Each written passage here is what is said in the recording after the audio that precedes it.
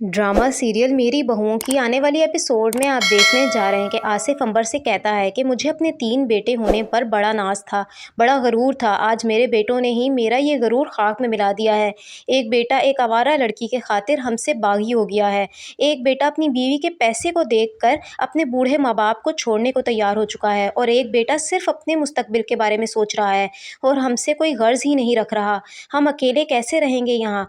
तो ये सुनते साथ ही अंबर कहती है कि सही कह रहे हैं आप, हमारे बेटे हमें ऐसे एक दिन छोड़ जाएंगे मैंने कभी नहीं सोचा था। पता नहीं हमारे प्यार और तरबियत में क्या कमी रह गई जो आज ये दिन देखना पड़ रहा है। मगर आप परेशान मत हों, मैं हूं ना आपके साथ। हम इन बेटों के बिना भी ज़िंदगी गुजार ही लेंगे।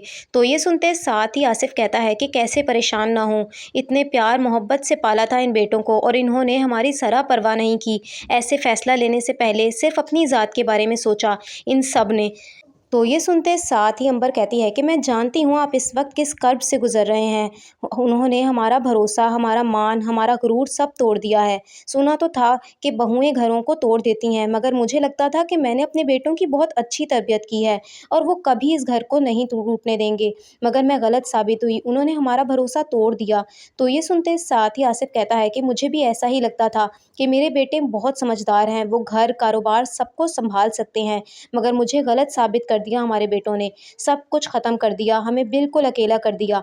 तो ये सुनते साथ ही अंबर कहती है कि आपने अपना कारोबार भी इन्हीं बेटों के खातिर बेच दिया ताकि उन लोगों के दिलों में कोई खलिश ना आए। मगर क्या पता था कि ऐसा करते ही वो हमसे और दूर हो जाएंगे। कम अज़ कम कारोबार की वजह से वो आपके मोहताज तो थे, मगर अब उनके लिए हम सिर्फ बोझ बन गए हैं।